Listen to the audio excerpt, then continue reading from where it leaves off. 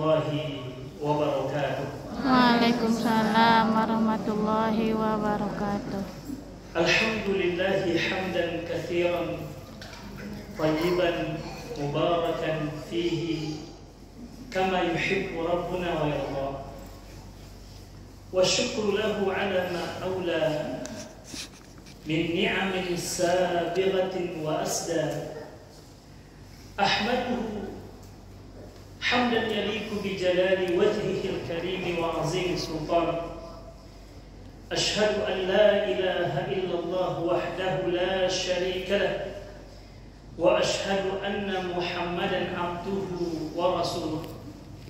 Allahumma salli wa sallim wa barik ala nabiyyina Muhammadin wa ala alihi wa ashabihi wa man tabi'ahum bi ihsanin ila yaumiddin, amma ba'd.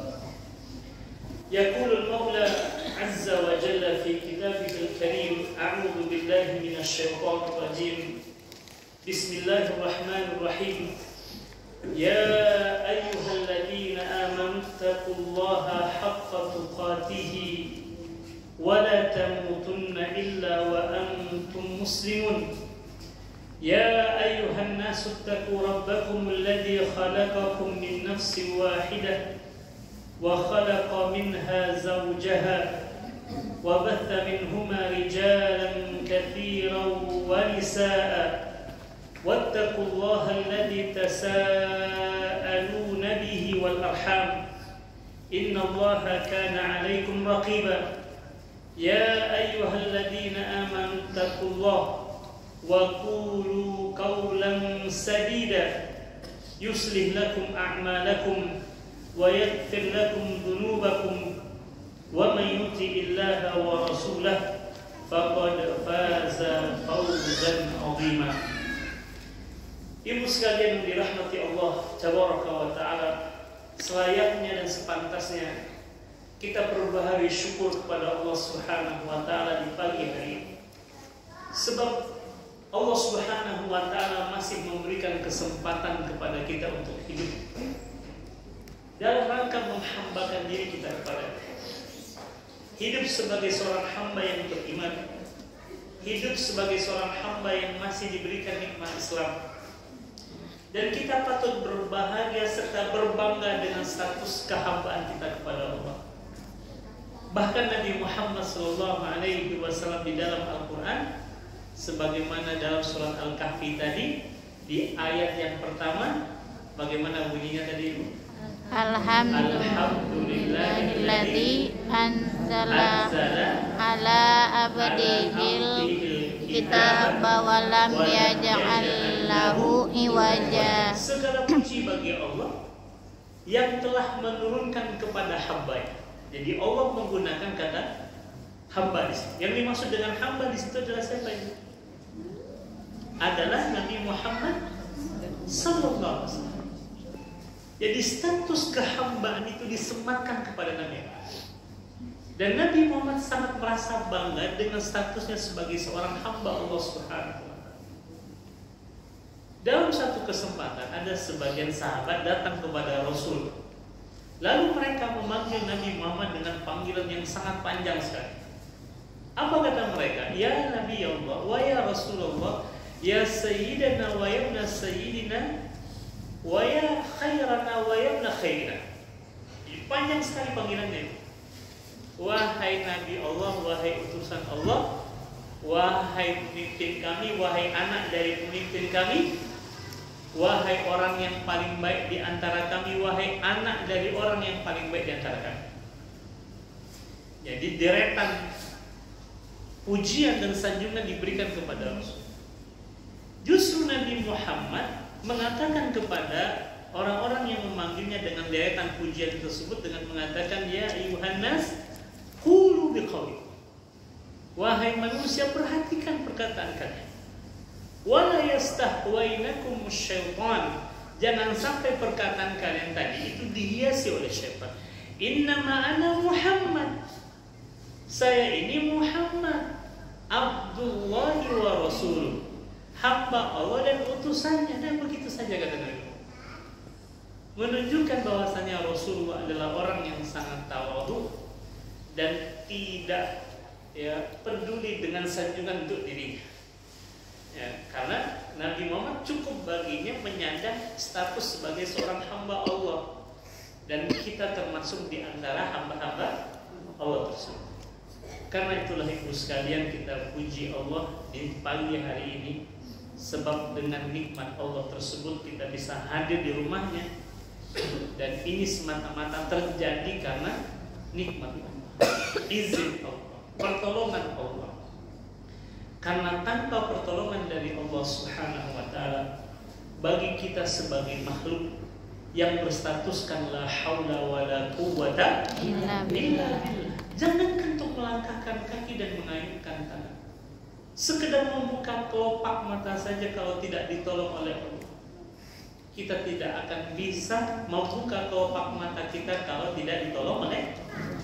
Karena itulah kita puji Allah dengan kalimat yang indah sebagaimana diajarkan oleh Rasulullah sallallahu alaihi wasallam, alhamdulillahilladzi bi ni'matihi tatimmus shalihat. Segala puji bagi Allah yang dengan nikmat Allah tersebut menjadi paripurna ketaatan kita kepada Allah Subhanahu wa taala. Salat dan salam bersama kita sampaikan untuk Rasulullah sallallahu alaihi wasallam yang selalu menginspirasi dalam kehidupan kita, yang selalu menjadi buah bibir pembicaraan kita, yang selalu menjadi rujukan dalam kehidupan kita, yang menjadi contoh dan teladan dalam kehidupan kita. Sekalipun kita belum sanggup melakukan seperti yang dilakukan oleh Nabi, tapi bicara tentang keagungan akhlak Rasulullah mesti menjadi pembicaraan harian kita, karena ia menjadi model yang diutus oleh Allah kepada umat manusia. Karena itulah hari-hari kita berusaha untuk mengarahkan kehidupan kita kepada kehidupan yang dicontohkan oleh Nabi Muhammad, baik perkataannya maupun perbuatannya maupun ketetapannya. Dan itulah yang sedang kita usahakan dan upayakan dengan kesungguhan yang maksimal. Karena dalam sebuah ayat Allah Subhanahu wa taala berfirman, walladzina jahadu fina, dan orang-orang yang bersungguh-sungguh ke Allah. Jadi Allah melihat kesungguhan kita, Allah melihat keseriusan kita. Walaupun kita kemudian akui bahwa kita tidak akan pernah bisa sampai pada derajat kesempurnaan yang dimiliki oleh Nabi, tidak akan pernah sampai. Tapi yang Allah lihat dari kita adalah kesungguhan serta keseriusan kita dalam menapaki jalan yang telah dilalui oleh Rasulullah SAW. Karena itulah Allah katakan walladzina jahadu fina, dan orang-orang yang bersungguh-sungguh menapaki jalan kami. Maksudnya adalah apa, Ibu? Jalan yang telah dilalui oleh Rasul. Berupa apa jalan tersebut, Ibu? Berupa syariat Allah, berupa ketentuan Allah, hukum Allah, dan sunnah Rasulullah SAW. Dan kita bersungguh-sungguh menapaki jalan tersebut, maka Allah menggaransi dalam ayat ini apa? Lanahdiyannahum subulana. Apa artinya lanahdiyannahum itu? Sungguh benar-benar kami akan berikan petunjuk kepadanya, hidayah kepadanya, kemudahan kepadanya untuk menapaki jalan tersebut. Jadi terkadang taufik dari Allah, kemudahan dari Allah itu berada di puncak usaha kita sebagai seorang hamba. Ya, karena kalau ketika malas itu datang ilmunya, apa yang mesti kita lakukan? Kalau kemalasan datang, kebosanan datang, apa yang mesti kita lakukan, Ibu? Paksakan diri kita. Pilihannya cuma dua: memaksa diri masuk surga atau sukarela masuk neraka. Ibu mau pilih yang mana? Maksa diri masuk surga atau sukarela masuk neraka Allah Subhanahu. Karena terkadang dalam ketaatan kita perlu memaksa diri kita. Kita perlu kemudian mendorong diri kita. Dan pada puncak usaha kita itulah di situ baru kemudian kemudahan diberikan oleh Allah Subhanahu wa Ta'ala. Dan semoga kita termasuk di antara umat Nabi Muhammad yang hari-hari kita berupaya untuk mengamalkan sunnah Rasulullah SAW. Mulai bangun tidur sampai tidur lagi, bahkan tidur kita dalam naungan sunnah Nabi Muhammad SAW. Dan alangkah indahnya kehidupan seorang hamba ketika hari-harinya dalam menghidupkan sunnah Rasulullah Sallallahu Alaihi Wasallam. Kalaupun kita belum bisa mengamalkan sepenuhnya, paling tidak jangan pernah remehkan sekecil apapun kebaikan yang datang dari Rasulullah Sallallahu Alaihi Wasallam. Ibu sekalian rahmati Allah Taala, di pagi hari penuh berkah ini, insya Allah kita akan lanjutkan kajian tazkiyah an-nafs kita. Berhubung ternyata laptop saya sedang bermasalah dan kitab sudah di situ, saya mengedepankan satu kitab yang juga babnya tentang tazkiyah an-nafs, yaitu kitab Al-Hikam. Mungkin ibu pernah mendengar kitab Al-Hikam ini. Ya, kitab ini sangat populer ketika dulu munculnya film Ketika Cinta Bertasbih. Karena dia menjadi kitab yang dikaji di salah satu pesantren di Jawa sana. Dan ini memang adalah kitabnya para orang-orang yang berupaya mensucikan diri mereka, karena isinya tentang nasihat-nasihat. Al-Hikam ini adalah kata jamak dari kata hikmah. Hikmah itu pelajaran, ya.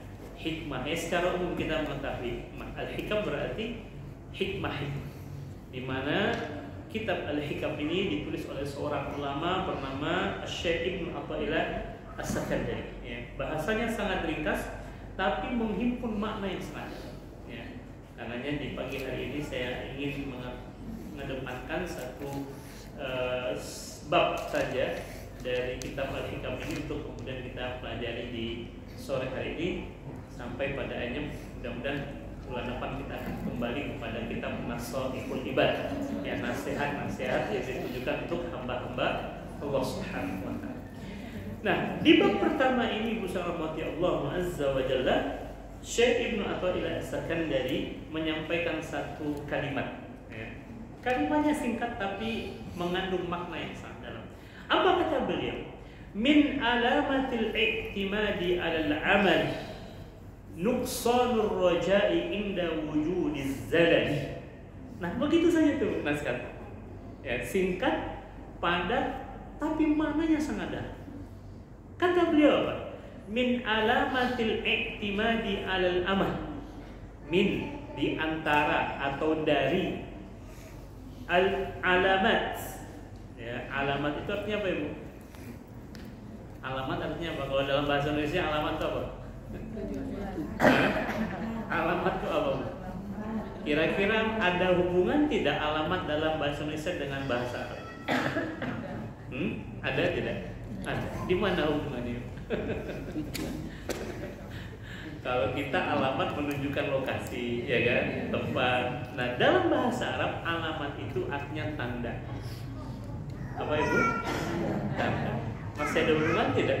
Masih juga lah, ya. Masih ada. Bisa jadi alamat itu berasal dari bahasa. Jadi min alamat, di antara tanda-tanda. Al-i'timad. I'timad. Pernah mendengar kata i'timad sebelumnya? Ada dalam sebuah hadis Rasul mengatakan as-salatu imaduddin.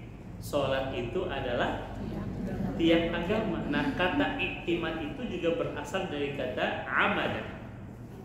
Ya, jadi di antara tanda i'timad, i'timad itu tiang itu dibuat dalam rangka apa ya? Untuk menopang, betul tidak? Ya kan? Tiang yang ada di masjid ini dibuat untuk menopang apa? Menopang atapnya itu. Karena kalau tidak ada tiang, atapnya bisa jatuh, runtuh. Tapi yang dahsyatnya adalah penciptaan Allah. Allah jadikan langit tanpa tiang. Kita seringkali kagum terhadap buatan ciptaan Allah, tapi kita jarang mengagumi sang pencipta kita. Kita melihat masjid megah, wah bagus sekali, ini pasti nih, ya arsiteknya nih orang hebat, ya kan? Tapi kita lupa yang menciptakan si arsiteknya, ya kan? Kita, kekaguman kita hanya sebatas ciptaan, tapi kita jarang kekaguman kita sampai pada yang menciptakan. Masjid ini indah, tapi kita lupa mengagumi sang pencipta arsiteknya masjid ini. Kalau kita membuat atap mesti pakai tiang. Allah menciptakan langit tanpa tiang. Itulah kuasanya. Kalau Allah bisa menjadikan langit tanpa tiang, maka Allah juga akan bisa menyelesaikan urusan-urusan dalam kehidupan kita. Makanya ayat dalam surat Ali Imran terkait dengan Qulillahumma malikal mulki tu'til mulka man tasha' wa tanzi'ul mulka mimman tasha' wa tu'izzu man tasha' wa tudhillu man tasha' biyadikal khair innaka ala kulli syai'in qadir. Coba, tulijul laila fin nahari wa tulijul nahara. Kalau Allah bisa menjadikan malam menjadi siang, siang menjadi malam, apalagi hanya sekedar mengurusi urusan kita, ya, menyelesaikan persoalan kita. Malam ke siang, siang ke malam saja Allah bisa menjadikannya. Karenanya dalam kehidupan kita, kalau kita berserah kepada Allah, Ibu sekalian, masalah apa yang tidak bisa diselesaikan oleh Allah. Karenanya tempat kita bergantung dalam kehidupan kita hanyalah siapa, Ibu? Allah. Jadi iktimad di sini adalah di antara tanda-tanda al-iktimad, bergantungnya. Ya, tadi kan sebagai penopang itu untuk kemudian supaya kokoh, dan kita dalam kehidupan kita mesti bergantung kepada siapa? Ya, kepada Allah. Kalau kita bergantung kepada selain Allah itu fana. Ya, fana itu artinya apa, Ibu? Akan hilang, akan habis pada masanya. Kullu man 'alaiha fan, itu dalam surat apa itu? Kullu man 'alaiha fan wa yabqa wajhu rabbika dzul jalali wal ikram. Dalam surat apa itu, Bu? Surat Ar-Rahman yang terakhir. Di terakhir, Ibu. Sebelum yang terakhir itu apa? Kullu man 'alaiha fan. Semuanya itu dah keadaan fana. Fana itu apa? Hilang, habis. Yang tersisa hanyalah Allah Subhanahu wa ta'ala. Jadi kalau kita bergantung kepada selain Allah, berarti kita bergantung kepada sesuatu yang akan binasa pada akhirnya. Ya kan? Contoh misalkan, Ibu bergantung atau bertopang kepada tiang misalkan. Apa yang Ibu khawatirkan dengan tiang tersebut? Roboh, ya kan?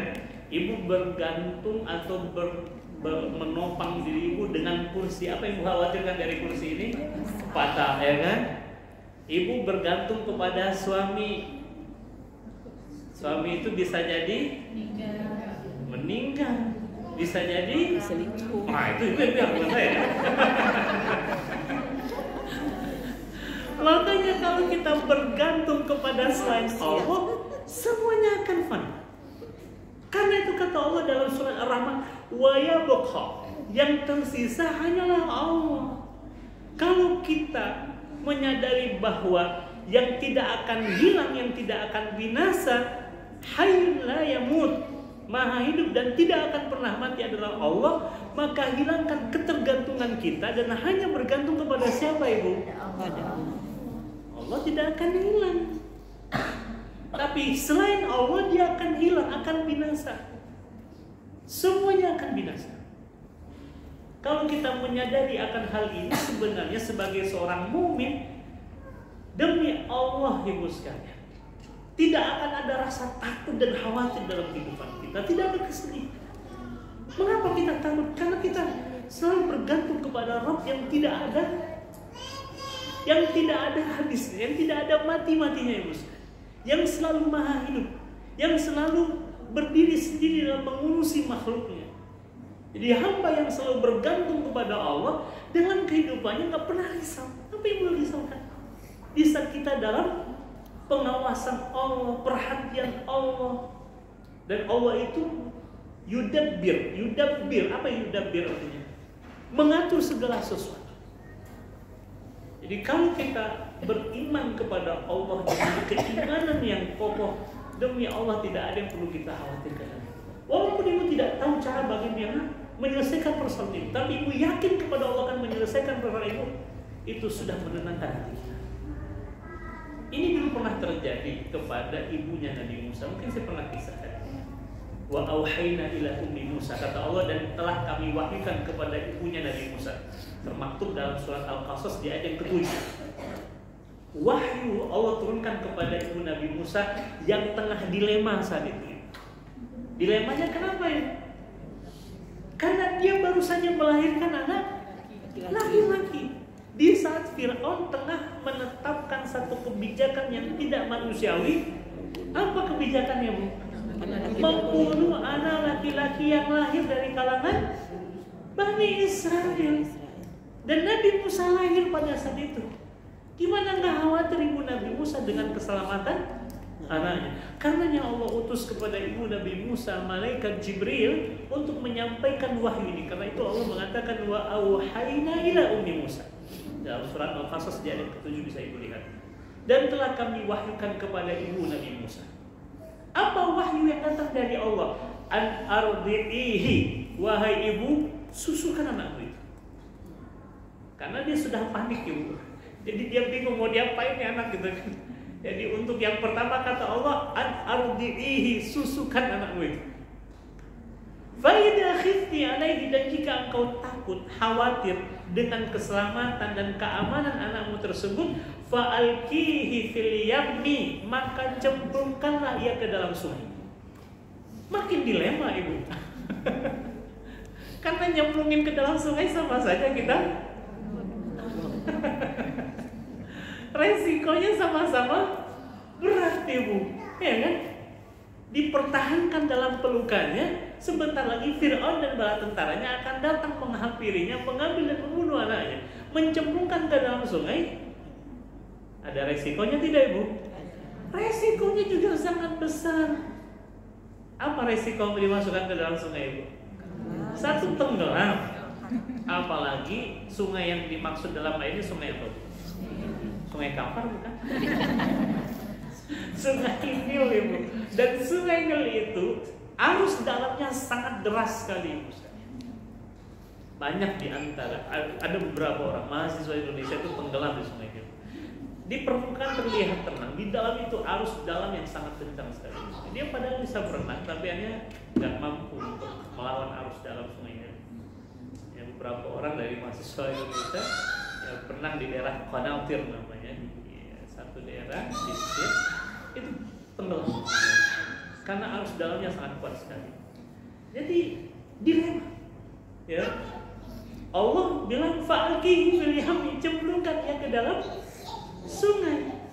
Tapi yang dahsyatnya Allah ngasih jaminan. Apa jaminan dari Allah dalam ayat disebutkan? Ya, fa'alqihi fil yammi inna radduhu ilaiki, sesungguhnya kami kata Allah akan mengembalikan anakmu itu kepada engkau.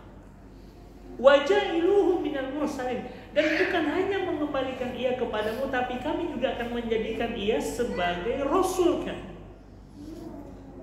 Kalau tidak dengan iman seorang ibu yang penuh dengan kasih sayang, kira-kira rela tidak mencemplungkan anaknya ke dalam sungai ibu? Gak akan rela. Ibu mana yang tega mencemplungkan anaknya ke dalam sungai? Ya. Tapi karena ini wahyu dari Allah dan keyakinan ibu Nabi Musa kepada Allah melebihi daripada keadaan yang ia hadapi saat itu. Walaupun dia tidak tahu cara bagaimana Allah akan menyelamatkan anaknya ini dan bagaimana cara Allah akan mengembalikan anaknya ini, tapi karena Allah yang mewahyukan, sudah tanpa ada keraguan sedikit pun di hati.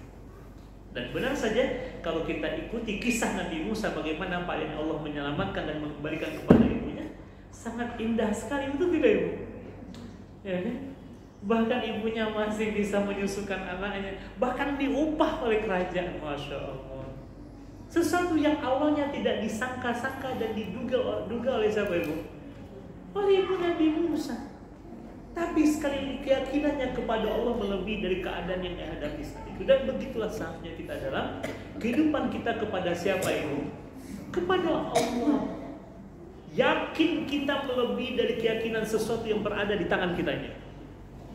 Nah, ini ya, bisa jadi rezeki saya, bisa jadi tidak jadi rezeki saya.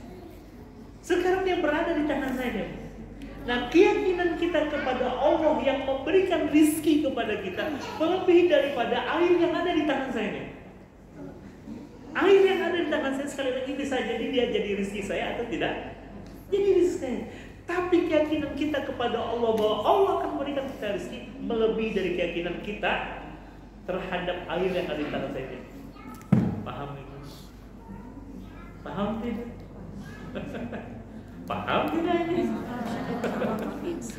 Keyakinan kita kepada Allah yang Maha memberikan rezeki melebihi dari sesuatu yang bisa jadi rezeki atau tidak jadi rezeki saya di tangan saya.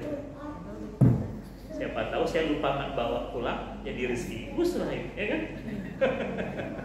Saya kan sempat minum tertinggal, akhirnya ibu yang minumnya, ya kan? Padahal udah di tangan dia, Bu. Tapi belum tentu ini jadi rezeki saya. Tapi keyakinan kita kepada Allah yang Maha memberi rezeki melebihi dari air yang ada di hadapan saya sebagai rezeki saya. Masya Allah. Nah, di sini disebutkan di antara tanda-tanda bergantungnya al-i'timad al-amali terhadap amalan. Jadi kita sebagai seorang hamba jangan hanya bergantung kepada amalan kita. Oh, kita sudah merasa, wah alhamdulillah Ustaz, saya sejak 20 tahun ini tidak pernah tinggal tahajud saya. Misal begitu. Atau alhamdulillah Ustaz, sejak saya balik saya alhamdulillah nggak pernah tinggal tuh puasa Senin Kamis. Ya, kayaknya saya masuk surga nih Ustaz. Alhamdulillah Ustaz, tilawah saya setiap hari gak kurang dari 1 juz Ustaz. Coba Ustaz, kalikan saja setiap huruf 10 pahala. Itu udah berapa tuh pahala saya? Ya kan? Nah, itu bergantung kepada amal. Ya. Padahal dalam sebuah hadis Rasulullah SAW bersabda, "Lam yudkhila ahadan amaluhu al-jannata."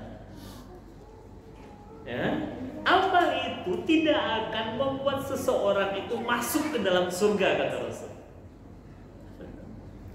Jadi bukan karena amalan kita masuk surga, Ibu. Sehingga para sahabat bertanya kepada Rasul, "Wala anta ya Rasul?" Bahkan engkau wahai Nabi, bukan amalanmu yang membuat engkau masuk surga? Di saat amalan Nabi Muhammad gimana, Bu? Ibadah Rasul gimana? Tidak ada yang mampu menandingi ibadahnya Rasulullah. Para sahabat itu mundur tuh kalau dengan amalan Nabi Muhammad. Terutama qiyamul lailnya Rasul. Rasul kalau tahajudnya itu Masya Allah. Setelah Al-Fatihah itu Rasul membaca surat Al-Baqarah. Itu pernah diikuti oleh Huzaifah ibn Yaman, seorang sahabat Nabi, coba sholat di belakang Nabi. Sampai di ayat yang ke-100 terbetik di hatinya sepertinya Rasul akan rukuk di setelah ini. Ternyata Rasul masih melanjutkan ayat yang ke-101 itu. Sampai di akhir surat Al-Baqarah, "Fansurna 'alal qaumil kafirin." Lalu di hati Huzaifah terbetik lagi sepertinya Rasul akan rukuk. Ternyata Rasul buka surat Al-Imran dulu. Sampai di akhir surat Ali Imran terbetik lagi Rasul akan rukuk nih. Ternyata Rasul buka surat An-Nisa dan itu masih di rakaat pertama. Sampai akhir surat An-Nisa itu sudah berapa juz, Ibu? Sudah berapa juz? Surat An-Nisa itu juz ke berapa itu? Terakhir dari surat juz? Terakhir dari surat An-Nisa juz berapa? Juz ke berapa, Ibu? 5/6, Ibu. Baru Nabi Muhammad ruku, itu masih rakaat pertamanya. Dan ruku Nabi Muhammad kata Huzaifah lamanya sama dengan berdirinya. Lalu Rasul i'tidal sami Allahu liman hamidah. I'tidalnya Nabi Muhammad kata Huzaifah lamanya sama dengan rukunya. Kemudian Nabi Muhammad sujud dan sujud Nabi Muhammad lamanya sama dengan i'tidalnya. Jadi kebayang di mana qiyamnya Nabi Muhammad, Ibu? Itulah yang menyebabkan tumit Nabi Muhammad bengkak dan Aisyah bertanya kepada Rasul perihal ibadah Nabi Muhammad yang begitu sangat dahsyat di saat dosanya sudah diampuni dan dia pun masuk surga. Rasul pernah tidak membanggakan amalan itu? Justru kita mendapati amalan Nabi Muhammad bukan dari mulutnya Rasul, dari para istrinya, dari para sahabat. Hanya menceritakan Rasul tidak pernah bangga dengan amalannya. Dan Rasul dalam hadis ini mengatakan, "Lan yudkhila ahadan amaluhu al-jannah." Seseorang tidak akan masuk surga karena amalnya, kata Nabi Muhammad. Sehingga para sahabat bertanya, wala anta ya Rasulullah, bahkan engkau juga wahai Nabi, wala ana. Bahkan termasuk aku. Yang membuat aku masuk surga itu bukan karena amalanku, melainkan apa yang membuat kita masuk surga itu? Illa an yataghammadani Allahu bi fadlihi wa rahmatihi. Yang membuat aku masuk surga adalah karena limpahan karunia serta rahmat dari Allah Subhanahu wa taala. Masya Allah. Ya, tapi bukan berarti kemudian akhirnya membuat kita tanpa beramal ya, Kalau begitu nggak usah beramal, Ustaz. Kan bukan amalan membuat kita masuk surga, kan rahmat Allah. Tapi rahmat Allah itu kita undang dengan apa, Ibu? Amalan kita. Namun kita tidak tahu dari amalan mana Allah akan menghantarkan rahmatnya kepada kita. Sebab itulah dalam sebuah hadis Rasul bersabda, apa kata Nabi Muhammad? La tahkiranna minal ma'rufi syai'a. Jangan engkau remehkan, kata Nabi. Apa yang tidak boleh kita remehkan itu? Al-ma'ruf. Apa itu ma'ruf? Kebaikan-kebaikan. Sekalipun kebaikan yang kita lakukan itu syai'a. Syai'a itu artinya kecil dan sedikit. Jangan kau remehkan, kata Nabi. Karena kita tidak tahu dari kebaikan mana Allah akan menghantarkan rahmatnya kepada kita. Bisa jadi karena amalan yang sederhana yang ibu lakukan, tapi ibu lakukan karena Allah serta mahabbah cinta kepada Nabi, itu yang menyebabkan Allah menurunkan rahmatnya kepada ibu. Dan salah satu amalan yang dilarang oleh Rasul untuk kita remehkan adalah apa? Walau antalqa akhaka biwajhin talikin, sekalipun hanya dengan menampilkan wajah yang berseri-seri di saat kau berjumpa dengan saudara. Maksudnya apa itu? Senyum. Jadi ibu jangan remehkan senyuman ibu kepada saudara ibu. Halo ibu, sudah tersenyum belum? Itu ke kanan begini. Masya Allah. Ibu tersenyum saja membahagiakan orang lain dengan senyuman ibu, itu kebaikan yang kata Allah dapatkan. Yang 4 tahun ibu masuk surga gara-gara ibu suka tersenyum. Kepada siapa ibu tersenyum? Kepada semua hal. Jumpa dinding senyum juga, jumpa tembok senyum juga. Nanti dibawa ke rumah sakit jiwa gitu. Tentu kepada saudara kita jumpa orang tersebut. Dan itu cukup dengan kebaikan yang sederhana itu Allah akan menurunkan rahmatnya. Masya Allah. Nah, ibu saudara Allah SWT, di antara tanda bergantungnya kepada amalan adalah nuqsanur raja. Nuqsan itu artinya kurang, dari kata naqasa, yang kusur, kurang. Jadi di antara tanda bergantungnya kepada amalan, kurangnya roja. Roja artinya apa ibu? Apa artinya roja? Harapan. Kurangnya harapan kepada siapa ibu? Kepada Allah. Karena dalam setiap amalan yang kita lakukan, mesti di dalamnya ada 2 rasa ibu. Satu rasa takut, yang kedua rasa harap. Ibu, dalam setiap amalan yang kita lakukan hadirkan 2 perasaan. Satu rasa takut dan yang kedua rasa harap. Dan 2 rasa ini harus ada dalam diri kita. Namun harap dan takut kita hanya kepada siapa ibu? Allah. Rasa takutnya di mana? Takut kita kalau amalan kita ini tidak diterima oleh Allah. Kenapa? Karena di dalam amalan kita masih banyak kurangnya. Coba ibu perhatikan, ketika kita baru saja selesai salam setelah salat, Assalamualaikum warahmatullah, Assalamualaikum warahmatullah. Zikir pertama setelah salat apa ibu? Memangnya kita baru selesai melakukan perbuatan dosa ya? Assalamualaikum warahmatullah, Assalamualaikum warahmatullah. Astagfirullah. Biasanya kita beristighfar ketika kapan ibu? Melakukan kesalahan ya kan? Sekarang pertanyaan ibu, setelah berbuat salah ya? Kita baru saja selesai sholat ibu. Tapi zikir pertama kita setelah sholat minta ampun kepada Allah. Kenapa kita minta ampun kepada Allah selesai sholat ini? Karena bisa jadi di saat kita yang semestinya wajah kita, badan kita, hati kita ini tertuju kepada Allah, tapi kita masih kemudian menghadapkan wajah, pikiran kita, hati kita kepada selain Allah. Benar tidak Ibu? Bahkan banyak ya kan, sesuatu yang tidak kita ingat di luar sholat, di dalam sholat semuanya ingat ya Bu. Pas sholat Allah, oh ya astagfirullah, kompor belum dimatikan gitu. Allahu Akbar, hujan turun, jemuran belum diangkat. Bahkan barang yang hilang ingat waktu itu. Lalu kita kemudian berharap dengan sholat kita masuk surga. Jadi ternyata dari sholat kita jauh lebih berharap kepada ampunan Allah dibandingkan pahala dari Allah. Karena kita tidak bisa mengandalkan amalan kita. Karena dari amalan kita masih banyak kurangnya. Sholat yang sejatinya fokus kita, pikiran kita, hati kita, tubuh kita, semuanya tertuju kepada Allah. Inna sholati, kan begitu kata kan? Inna sholati wa nusuki wa mahyaya wa mamati. Untuk siapa semuanya itu? Lillahi rabbil alamin. Tapi nyatanya dalam sholat kita masih ingat kepada selain Allah. Itu masalah kita.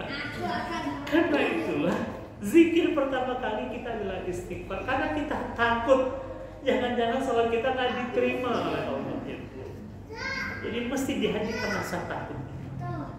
Ya. Yang kedua rasa harap. Kita tentu berharap doa kita, sholat kita diterima oleh Allah. Jadi antara takut dengan harap ini mesti ada dalam hati kita. Dan takut dan harap kita hanya kepada Allah. Dan rasa takut kita kepada Allah dalam semua hal Ibu. Ya. Kita punya rasa takut, betul tidak Ibu? Ya, takut kepada Allah. Ibu kalau jalan di malam hari seorang diri takut tidak? Takut. Takut kepada apa Ibu? Takut kepada apa? Kita begal. Begal. Begal. Atau selain begal ada lagi? Ya sama-sama takut. Apa bedanya takut kepada Allah dengan takut kepada selain Allah? Kan sama-sama takut nih. Apa bedanya takut kepada Allah dengan takut kepada selain Allah? Apa bedanya Ibu? Ada bedanya tidak? Harus ada bedanya. Takutnya kita kepada Allah justru membuat kita dekat kepada Allah. Kalau takut kepada selain Allah, kita berusaha untuk menjauhinya, betul tidak Ibu? Kalau Ibu takut dengan begal jalan di malam hari, maka jangan keluar di malam hari. Kita jauhi tempat-tempat yang memungkinkan ada begal di situ, kan begitu? Ibu takut kepada apa lagi tadi? Hantu. Hari ini masih takut hantu Ibu. Mestinya hantu yang takut dengan Ibu. Ya, dengan iman Ibu. Ya kan? Umar bin Khattab saja coba lihat dalam beberapa riwayat dikatakan Umar kalau sudah lewat satu jalan itu jin itu nggak mau berani lewat jalan itu. Kenapa? Takut dia.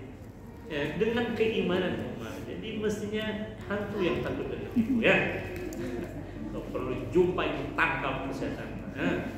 Ya, kalau ada penangkapan, ya penampakan Ibu jangan lari. Tangkap. Seperti halnya Abu Hurairah. Di zaman Nabi itu kan Abu Hurairah itu pernah diganggu oleh jin. Abu Hurairah ditangkap sama Hurairah, diikat. Lalu dia berjanji minta maaf tidak akan mengulangi lagi. Ternyata datang lagi, ditangkap lagi sama Hurairah.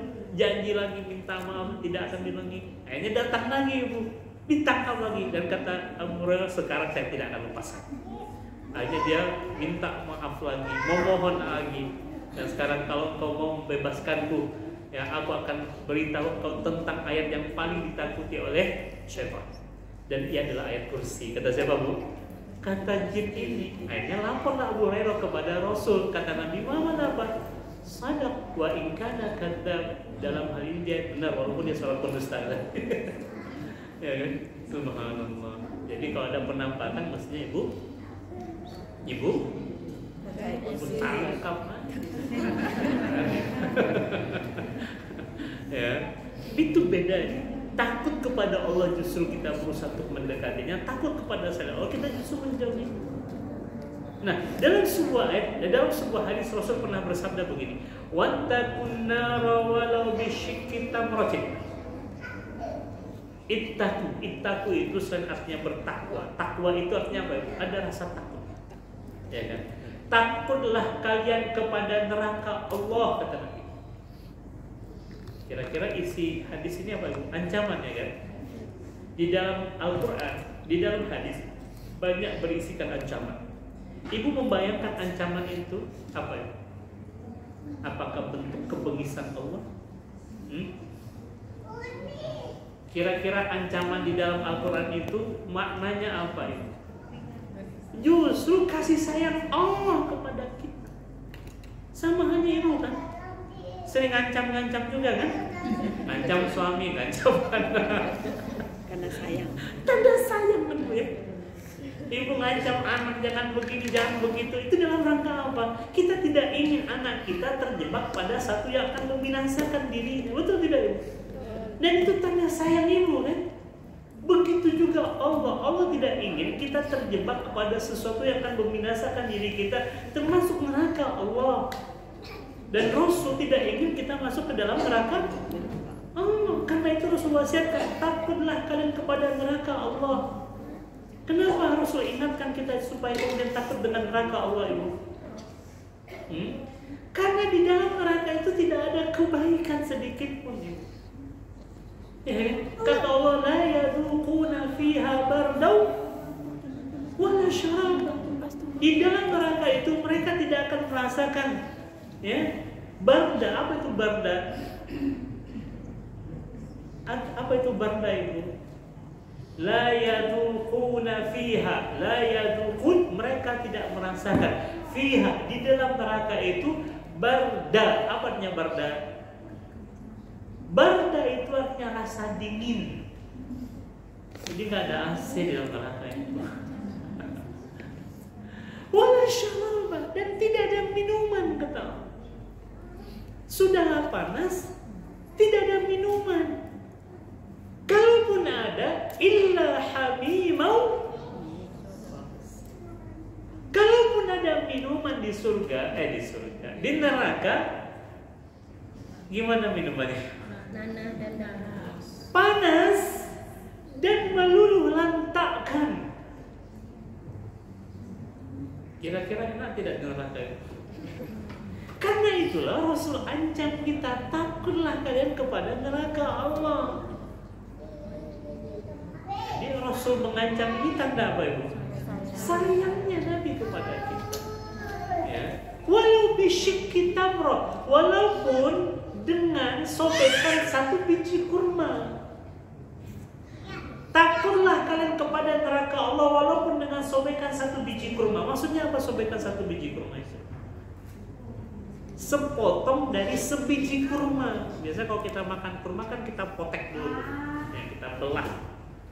Nah, belahan kurma itu disebut bisyikki tamrah, walaupun hanya dengan sobekan satu biji kurma. Ada dua makna dalam hadis ini. Mana yang pertama, Rasul ingatkan kita jangan sampai kalian masuk neraka gara-gara hanya dengan sepotong satu biji kurma ini. Karena ternyata satu biji kurma itu bukanlah makanan yang halal untuk kita. Ya, jadi Rasul ingatkan kita Ibu sekalian sebagai seorang hamba Allah yang beriman, janganlah kalian makan sesuatu yang bukan menjadi hak kalian, yang bisa jadi itu akan menjerumuskan kalian ke dalam neraka Allah walaupun hanya dengan sobekan satu biji. Artinya sebagai seorang mukmin dan muslim kita mesti selektif terhadap apa Ibu? Terhadap apa yang kita makan.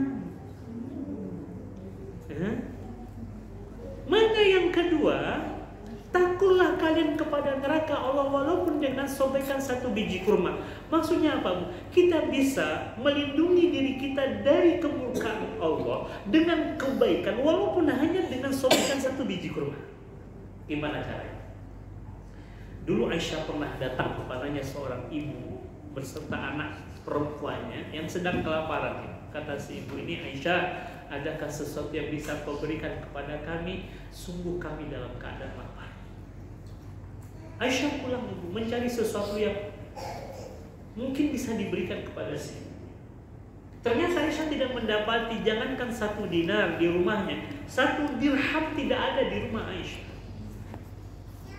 Ya, dinar mata uang emas, kalau dirham itu perak. Jadi jangankan 1 dinar, 1 dirham nggak ada di rumah Aisyah. Tapi Aisyah tidak putus asa. Aisyah mendapati ada 2 biji kurma, itu berada dalam 1 piring yang tertutup. Akhirnya Aisyah mengambilnya. Padahal itu makanan terakhir yang ada di rumah Aisyah. Dalam keadaan terbatas seperti itu, dia tetap kemudian berbagi dengan ibunya.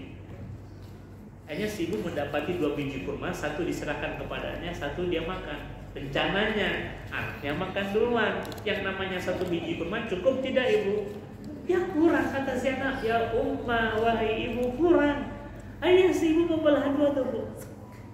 1 biji kurma yang ada di tangannya yang awalnya dia niat untuk dia makan ya Bu, setengahnya dikasih kepada anaknya, setengahnya dia makan. Melihat peristiwa itu, pemandangan itu, Aisyah begitu sangat bahagia. Malam harinya ketika Rasul pulang, hal pertama yang diceritakan oleh Aisyah kepada Nabi adalah tentang kedermawanan si ibu yang telah membelah 1 biji kurma yang ada di tangannya. Padahal yang dermawan siapa sebenarnya ibu? Yang dermawan sebenarnya siapa dalam hal ini? Aisyah. Nah bisa jadi karena sepotong biji kurma tadi itu menyebabkan Allah menurunkan rahmatnya kepada kita, menjadi tameng bagi kita dari apa ibu? Dari neraka Allah. Nah sekarang potensi kebaikan dalam diri kita begitu sangat banyak. Lalu alasan apa kita tidak mau berbagi dengan karunia yang Allah berikan kepada kita? Allah. Padahal wasiat Nabi walaupun hanya dengan sepotong sobekan 1 biji kurma, dan kita barangkali bisa berbagi berkilo-kilo biji kurma. Masya Allah. Nah, dalam kitab ini disebutkan oleh Syekh Ibnu As-Sakandari, jadi di antara tanda-tanda bergantungnya seseorang kepada amalnya, dia kurang berharap kepada Allah inda wujudi az-zalali. Ini kalimat terakhirnya, inda wujudi zalali, ketika terjadinya kekhilafannya kepada Allah Subhanahu wa taala. Jadi ibu sarafati Allah azza wa jalla, mesti kemudian kita tanamkan ke dalam diri kita bahwa rahmat Allah itu begitu sangat luas. Ya, dengan dosa yang kita lakukan, dengan kekhilafan yang kita lakukan, dengan kesalahan yang kita lakukan, jangan pernah putus asa daripada rahmat. Jangan pernah putus asa dengan kasih sayang Allah. Apapun situasi dalam kehidupan kita, karena sesungguhnya rahmat Allah Azza wa Jalla itu sangat luas. Dalam sebuah hadis Rasul menyebutkan Allah itu memiliki 100 bagian kasih sayang itu. 1 bagian dari 100 kasih sayang itu Allah Subhanahu wa taala turunkan ke bumi. Dengan 1 bagian dari 100 kasih sayang Allah itu ibu yang Allah turunkan ke muka bumi ini juga yang menyebabkan seekor kuda akan mengangkat kakinya agar tidak menginjak anaknya.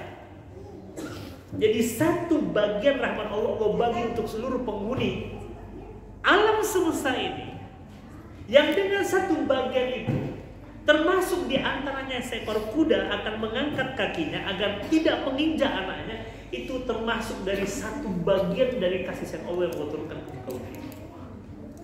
Lalu bagaimana dengan 99 bagian yang lain?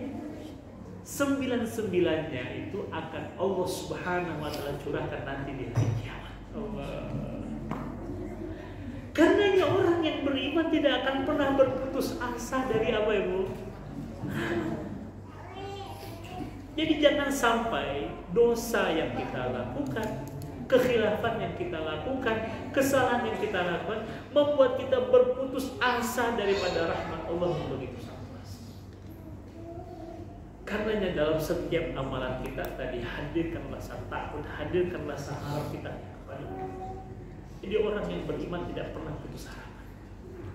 Walaupun dalam keadaan terpuruk, ya, dalam keadaan dia sedang jatuh sekali, tapi dia punya Rabb yang selalu kemudian memberikan kesempatan kepada kita untuk bergantung kepada Dia. Karena kalau kita bergantung kepada Allah, kita tidak akan pernah jatuh. Tapi kalau kita bergantung kepada selain Allah, kullu man 'alaiha, selain Allah semuanya fana. Termasuk dalam amal, jangan berpatokan kepada amalan kita merasa sudah menjadi hebat.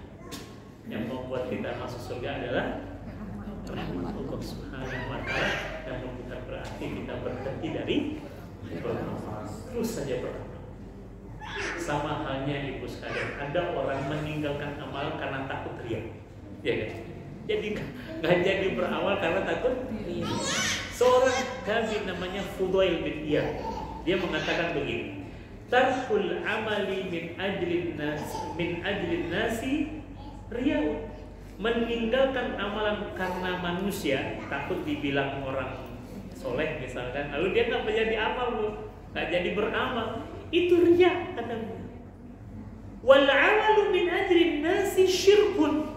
Sedangkan beramal karena manusia, ingin dipuji, ingin disanjung dan lain sebagainya, itu adalah satu kesyirikan. Jadi meninggalkan amalan karena manusia itu riya, beramal karena manusia itu syirik. Lalu ikhlas itu di mana, Ibu? Ikhlas itu di mana letaknya? Wal ikhlasu an yu'afiyaqallahu minhuma. Dan keikhlasan itu ketika Allah selamatkan engkau dari kedua perkara tersebut. Jadi gimana semestinya kita bersikap? Ibu tetap terus beramal dan harus kemudian apa?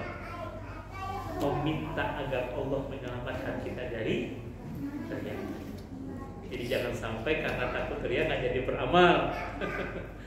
Juga jangan sampai kita beramal karena manusia, tapi ibu tetap beramal sambil memohon agar Allah memberikan keikhlasan.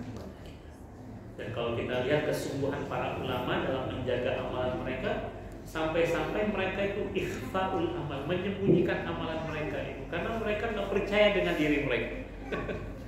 Dan terkadang kita kadang-kadang harus suudzon, bukan kepada Allah, bukan kepada orang lain, mestinya kita suudzon dengan diri kita sendiri. Ibu. Ada seorang tabi'in namanya itu Imam Hasan Al-Basri. Itu beliau tuh dikenal sebagai orang yang sangat zuhud terhadap dunia. Orang yang berilmu, orang yang warok, sangat berhati-hati dengan hukum Allah, ya. Dan dia orang yang zuhud terhadap dunia. Zuhud terhadap dunia maksudnya apa, Ibu? Ibu membayangkan kata zuhud itu apa? Orangnya nggak peduli dengan dunia, cuek dengan dunia. Apakah begitu zuhud itu? Tidak. Imam Hasan Al-Basri justru secara fisik orang yang sangat besar, Ibu. Dalam sebuah syair dikatakan Al-Hasan Al-Basri irruzin bihi shibran fata'ajab. Imam Hasan Al-Basri secara fisik besar, pangkal lengannya itu 1 jengkal. Jengkalnya orang Arab. Bukan orang Indonesia. Kenapa bisa sebesar itu? Karena ternyata Imam Hasan Al-Basri yang dikatakan Sayyidul Abidin gelarnya, orang yang taat beribadah itu, ternyata dia suka makan, Ibu. Ya? Orang yang suka makan. Wazaka ma'zudi, dan itu dalam keadaan zuhud. Fa kaifa illam yazhad. Lalu bagaimana kalau Imam Hasan Al-Basri tidak zuhud? Bisa jadi jauh salah ibadahnya. Jadi zuhud itu tidak ada hubungannya dengan penampilan. Ya, zuhud itu sikap hati terhadap dunia, itu zuhud. Ketika kita meletakkan dunia itu di tangan kita, bukan di hati kita. Maksudnya gimana itu? Meletakkan dunia di tangan Dan tidak di hati itu gimana? Memikirkan dunia dan harta. Kenapa? Lebih memikirkan dunia dan harta. Meletakkan dunia di tangan Ibu sekalian. Artinya apa? Bahwa dunia itu hanya titipan yang kapanpun Allah bisa mengambilnya dari kita.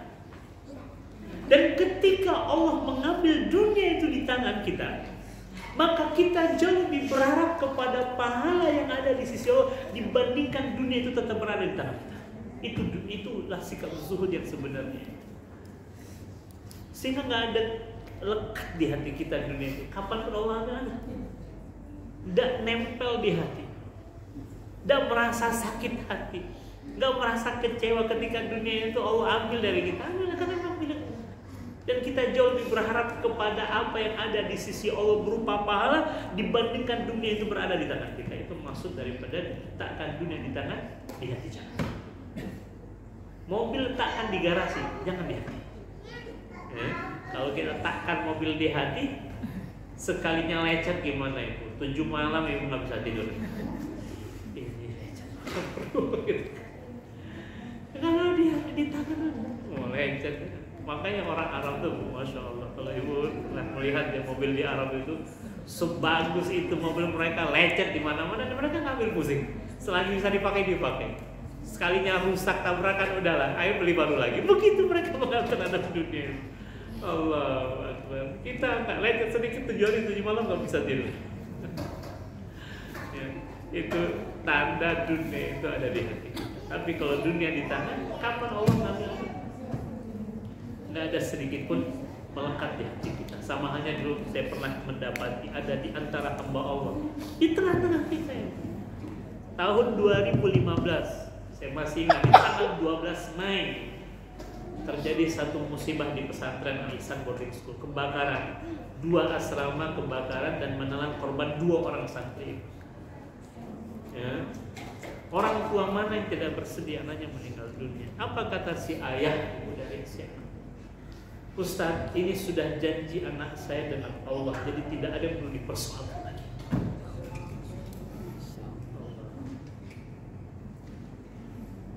Justru si ayah dan si ibu ini bercerita dalam 1 tahun ini Ustaz, kalau si anak lagi pulang ke rumah, pembicaraan kami tentang surga dan tekad kami sebagaimana berjumpa di dunia, kami ini berjumpa nanti di surga. Dan benar itu, tanpa disadari oleh kawan-kawannya dan para ustazah, ketika ditanya anak mau kemana, itu 2 minggu sebelum kejadian itu, mau kemana anak, mau ke surga Ustaz. Terus ibu yang dahsyat lagi, seminggu setelah kejadian itu, ini keluarga besar datang. Lalu ayahnya mengatakan begini, Ustaz, kedatangan kami ke sini satu mengucapkan terima kasih karena sudah mendidik anak kami di sini. Yang kedua, Ustaz, kami minta maaf kalau ada sikap anak kami kurang berkenan di hati para Ustaz di sini. Dan yang ketiga, Ustaz, sebelumnya kami sudah berencana untuk membangun ruko. Setelah kami pikir-pikir daripada bangun ruko, lebih baik kami bangun asrama yang sudah terbakar. Sudahlah anaknya meninggal, dia datang memberikan infak untuk bangun asrama itu. Menunjukkan semua yang ada pada dirinya itu hanya titipan Allah, termasuk anaknya itu. Justru dia merasa ini cara terbaik Allah menjemput anak kami Ustaz, di saat dia sedang menuntut ilmu. Dia kesedih, cuma kesedihan itu tidak membuat dia lalai daripada hatinya yang selalu berharap kepada Allah Subhanahu. 2 tahun kemudian angkatan anaknya ini wisuda. Si ayah dengan si ibu datang lagi. Ya, paling tidak dia ingin mengenang lah ini angkatan anak saya. Akhirnya mereka singgah di masjid. Sampai di masjid melihat karpet ini sepertinya perlu diganti nih ya. Akhirnya sore harinya 20 gulung karpet itu datang. Itu saya katakan ini fenomena ini hanya ada di zamannya para sahabat. Ketika ada seorang sahabi ya, anaknya meninggal dunia, suaminya pulang, dia jamu dulu suaminya, bahkan dia layani dulu suaminya. Setelah melayani suami, baru cerita tentang kematian anaknya. Itu adanya di zaman siapa itu? Namun ternyata ada di antara hamba Allah yang kezuhudannya itu luar biasa. Masya Allah. Akhirnya si ibu bilang begini, Ustaz, kesempatan saya untuk ngajar di sini. Ustaz. Dia guru ibu di salah satu SMA di Pasir Putih. Nah, kasih kesempatan saya ngajar di sini, saya ingin berbakti juga di sini. Akhirnya benar ibu, dan nggak perlu gaji saya Ustaz. Tapi dari pesantren tetap memberikan gaji kepada beliau, kita transfer.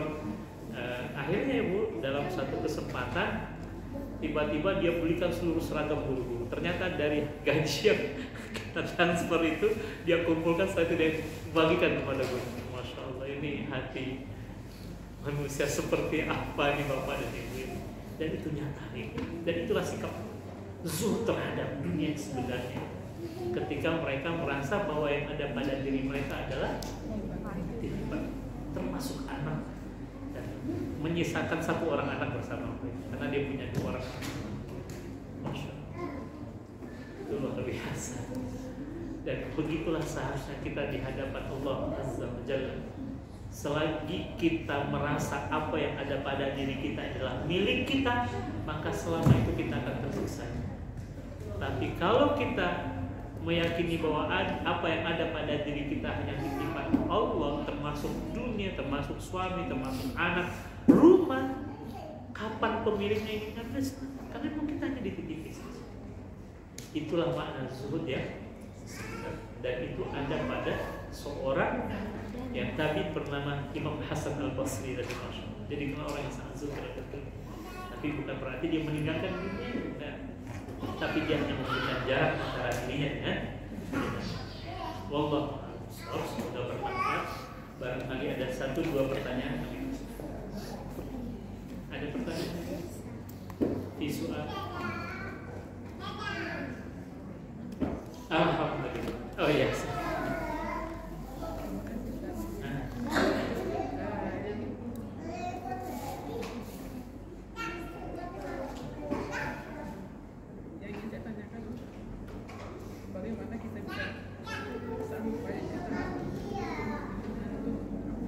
Sampai pada tahap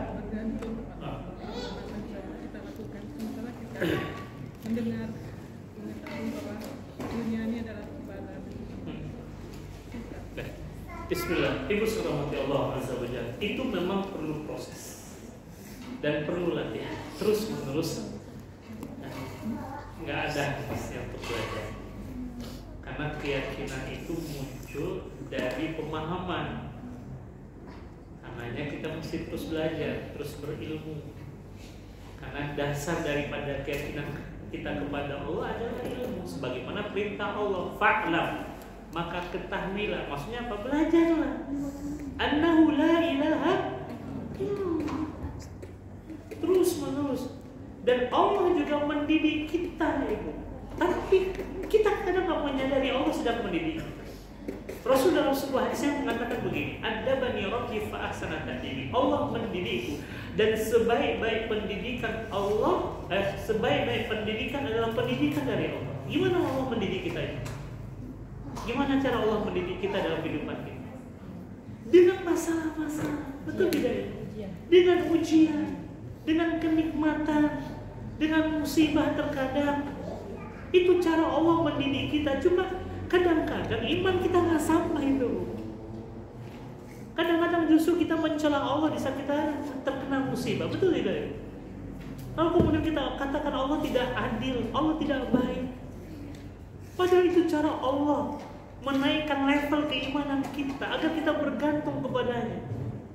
Saya yakin kita pernah merasakan banyak persoalan. Saya pernah pada satu titik di mana seakan-akan Allah mengatakan begini, ya sudah wahai hambaku, lepaskan ketergantungan kepada makhluk. Sekarang hanya bergantung kepada. Dan benar ini, justru ketika kita menyerahkan semua urusan kita kepada Allah, apa yang tidak bisa diselesaikan oleh Allah dalam kehidupan kita?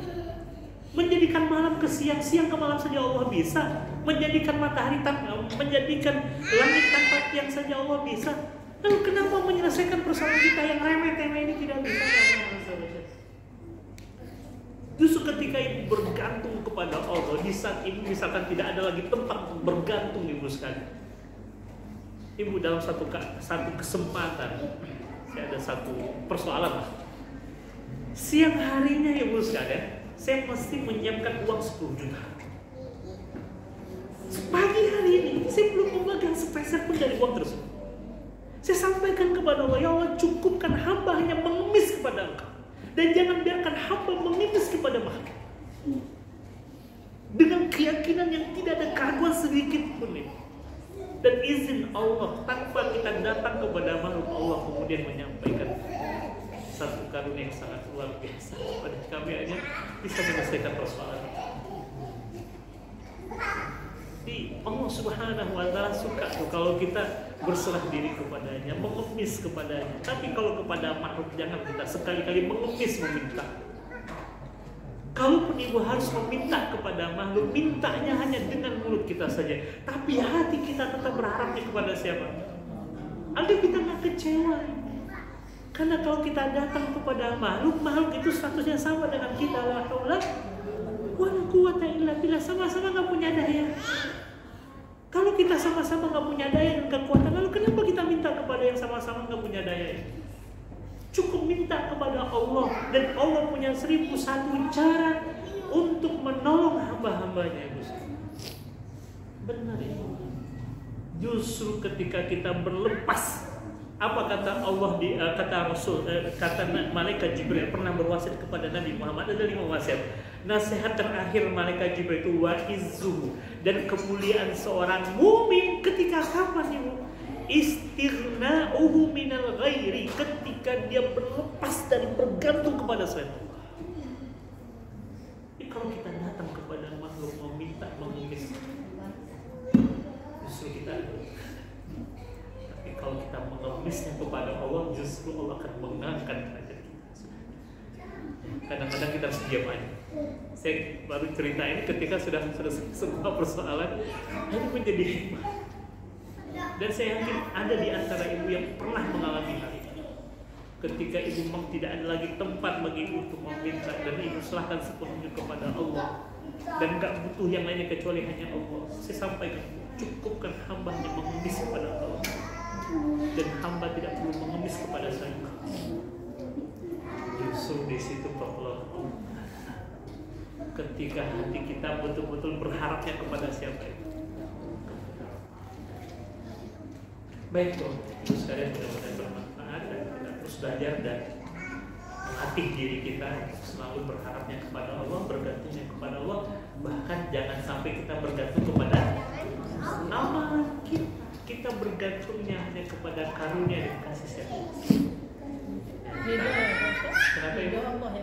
Kenapa ibu? Minta ridho Allah. Iya, minta ampunannya, minta ridho. Kalau Allah sudah cinta kepada kita, cukup tidak dikasih oleh Allah. Seperti hanya ibu punya seorang anak yang sangat soleh, baik sekali ibu di pekertinya. Belum minta tuh anak ibu dah ngasih. Ya kan? Kalau lihat sepatunya sudah robek, ibu bawa tuh ke toko, padahal anaknya nggak minta ganti. Kenapa? Kan ibu sayang kan? Dan kasih sayang Allah melebihi kasih sayang kita kepada anak kita. Allah kalau sudah cinta kepada hambanya, terbetik saja di hati Allah kasih. Apalagi kalau ibu minta, pasti Allah kasih. Jadi sebenarnya kita cari dalam kehidupan kita ini adalah kasih sayang Allah. Lebih daripada itu, kasih sayang Allah itu yang kita buru dalam kehidupan kita. Kalau Allah sudah cinta kepada seorang hamba, Allah jamin. Semuanya Allah jamin. Wala in sa'alani, kalau dia minta la'utiyanna, aku kasih. Kejar cinta Allah, kejar kasih sayang Allah, ridha Allah, maka semuanya akan Allah berikan kepada kita. Baik, kita tutup dengan sama-sama berdoa kepada Allah dengan istighfar. Nauzubillahi minasyaitonir rajim. Bismillahirrahmanirrahim. Alhamdulillahirabbil alamin. Wassalatu wassalamu ala asyrafil anbiya'i wal mursalin wa ala alihi wa ashabihi ajma'in. Allahumma ighfir lana dhunubana wa liwalidina warhamhum kama rabbawna shighara. Rabbana zalamna anfusana wa illam taghfir lana wa tarhamna lanakunanna minal khasirin. Rabbana la tuzigh qulubana ba'da idh hadaytana wa hab lana min ladunka rahmah innaka antal wahhab. Allahumma inna ala dzikrika wa syukrika wa husni ibadatik. Allahumma inna nas'aluka ridhaka wal jannah wa na'udzu bika min sakhatika wan nar. Allahumma anfa'na bima 'allamtana wa 'allimna ma yanfa'una. Rabbana zidna ilma warzuqna fahman wasi'a wa amalan mutaqabbala wa rizqan halalan thayyiban. Ya Hayyu ya Qayyum bi rahmatika nastaghith aslih lana sya'nana kullah wa la takilna ila anfusina tarfata 'ain. Allahumma kfina bihalalika an haram wa aghnina bifadlika amman siwak. Rabbana qanni'na bima razaqtana wa barik lana fima a'taytana. Rabbana hab lana minas salihin. Rabbana atina fid dunya hasanah wa fil akhirati hasanah wa qina adzaban nar. Subhana rabbika rabbil izzati amma yasifun wa salamun alal mursalin walhamdulillahi rabbil alamin. Taqabbalallahu minkum minna wa minkum. Taqabbal ya karim. Aqulu qawli hadha wa astaghfirullah li wa lakum. Subhanakallahumma wa bihamdika asyhadu an la ilaha illa anta astaghfiruka wa atubu ilaik. Assalamualaikum warahmatullahi wabarakatuh.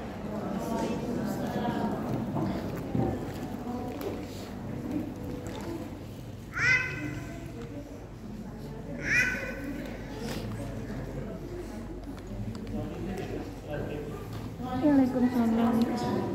Syukron pada Ustaz